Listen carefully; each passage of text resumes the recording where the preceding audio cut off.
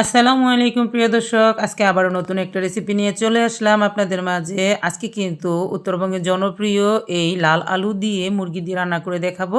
এটাকে আমরা ঘিজিরি আলু বলে থাকি, অনেকে ছোটো আলু বলে, কিন্তু এই আলু দিয়ে মুরগি দিয়ে রান্না করে খেতে খুবই ভালো লাগে। ভাত দিয়েও খাওয়া যায়, রুটি দিয়ে খাওয়া যায়, আপনি যেভাবে খুশি সেভাবে কিন্তু এই রান্নাটা করতে পারবেন। তো আমি কিন্তু আগে থেকেই সব শিকলা ছাড়িয়ে নিয়েছি এই ছোট ছোট আলুর। এখন আমি ফাইনালি রান্না করে নিচ্ছি।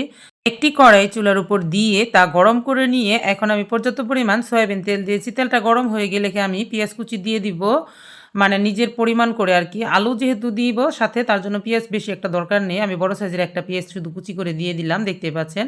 আর এখন পেঁয়াজটাকে আমি ভালো করে ভেজে নিচ্ছি। প্রিয় দর্শক, এই উত্তরবঙ্গের এই জনপ্রিয় এই আলুটা দিয়ে যদি আপনি মুরগি দিয়ে এবং দেশি মুরগি দিয়ে, ব্রয়লার মুরগি দিয়ে, যে কোনো মুরগি দিয়ে অথবা গরুর মাংস দিয়ে রান্না করতে পারেন, খেতে এত ভালো লাগে। আমি দিয়ে দিলাম এখানে আদা রসুনের পেস্ট প্রায় 2 টেবিল চামচ পরিমাণ। আর এটাকে এখন তেলের উপর ভেজে নিচ্ছি। আমি সবসময় কিন্তু আদা রসুনের পেস্টটাকে তেলের উপর ভেজে নেই। আর দিয়ে দিলাম স্বাদ মতন লবণ। এখন দিয়ে দিচ্ছি একটু বেশি করে লাল মরিচের গুঁড়া, আর দিয়ে দিলাম 1 চা চামচ হলুদের গুঁড়া, 1 চা চামচ জিরার গুঁড়া, 1 চা চামচ গরম মশলার গুঁড়া, হালকা একটু ধনিয়ার গুঁড়া, অল্প একটু পানি দিয়ে মশলাটাকে খুব ভালো করে কষিয়ে নিচ্ছি। আর আপনাদেরকে বলে দিচ্ছি প্রিয় দর্শক, এই আলুটা শুধু এই শীত সিজনে পাওয়া যায়। নতুন আলু যখন বের হয় তখনই খেতে ভালো লাগে। আর এই আলুটা যখন পুরান হয়ে যায় তখন কিন্তু এর খোসাটা একদম আপনার শক্ত হয়ে যায়, তখন কিন্তু খেতে ভালো লাগে না। আসলে তখন ভাজি খেতে ভালো লাগে, ভর্তা খেতে ভালো লাগে, কিন্তু এভাবে তরকারি রান্না করে খেতে খুব কষ্ট হয়ে যায় সিলাইতে। আর নতুন অবস্থায় কিন্তু আলুটা খেতে খুবই ভালো লাগে। আপনারা যারা এখনও এইভাবে তরকারি রান্না করে খেয়ে দেখেননি, তারা একবার হলেও ট্রাই করে দেখবেন, খেতে অনেক বেশি ভালো লাগে। এই যে দেখতে পাচ্ছেন, আমি কিন্তু সব দিয়ে, মানে মুরগি মাংসটাকে দিয়ে একদম কষিয়ে নিচ্ছি। যতক্ষণ পর্যন্ত পানি উঠবে আর পানিটা শুকিয়ে না যাবে ততক্ষণ পর্যন্ত আমি কষিয়ে তারপর আবার ঝোল দিয়ে দিলাম। খুব বেশি একটা ঝোল দিব না, মাখা মাখা ঝোল রাখবো। আজকে রুটি দিয়ে খাওয়া হবে এই রেসিপিটা, তার জন্য কিন্তু সকাল সকাল আমি এটা রান্না করেছি।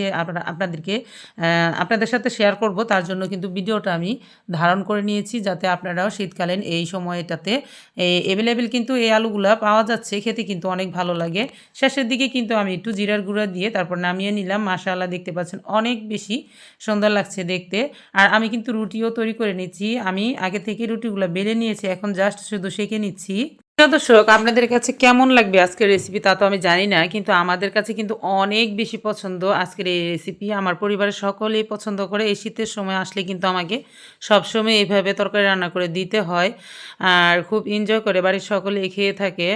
আর আপনারা একবার হলেও কিন্তু এভাবে ট্রাই করে খেয়ে দেখবেন। আমি সবসময় রুটির খামিটাকে যেভাবে তৈরি করি, আমি যখন পানিটাকে বলক চলে আসে তখন লবণ দিয়ে আটাটাকে দিয়ে চুলাটাকে অফ করে দিই, যাতে হালকা একটু কাঁচা কাঁচা থাকে।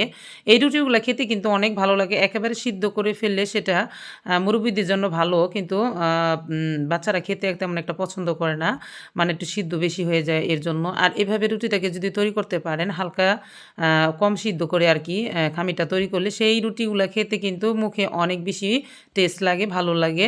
আপনারা অবশ্যই ট্রাই করে খেয়ে দেখবেন। এই যে দেখতে পাচ্ছেন, আমি আপনাদেরকে 2টা রুটি মাত্র সেঁকে দেখিয়ে দিচ্ছি, তারপর কিন্তু আমি পরিবেশন করে নেব। আর সবগুলা রুটি আমি আগে থেকে তৈরি করে নিয়েছি, যার কারণে এই যে দেখতেই পাচ্ছেন। আর এখন দেখুন ফাইনালি আমার এখন পরিবেশন করার সময়। মাশাআল্লাহ, দেখতে কত ভালো লাগতেছে। তো প্রিয় দর্শক, এই পরিবেশন করতে করতে কিন্তু রেসিপিটি আমার এখানে শেষ করতে হবে। আজকের রেসিপি কেমন লাগলো, ভালো লাগলো কি না, আর আপনাদের যদি উপকারে আসে তাহলে অবশ্যই কিন্তু আজকে আমার এই ভিডিওটিতে একটি লাইক দিয়ে দিবেন। বেশি ভালো লাগলে কিন্তু আপনারা চ্যানেলটাকে সাবস্ক্রাইব করে রাখতে পারেন। অবশ্যই রেসিপিটা একবার ট্রাই করে খেয়ে দেখবেন। তবে আজ এই পর্যন্তই। আরও একদিন চলে আসবো নতুন কোনো রেসিপি নিয়ে ইনশাআল্লাহ। ততক্ষণ পর্যন্ত আপনারা সকলেই ভালো থাকবেন। সকলকে জানাই অসংখ্য ধন্যবাদ। আল্লাহ হাফেজ।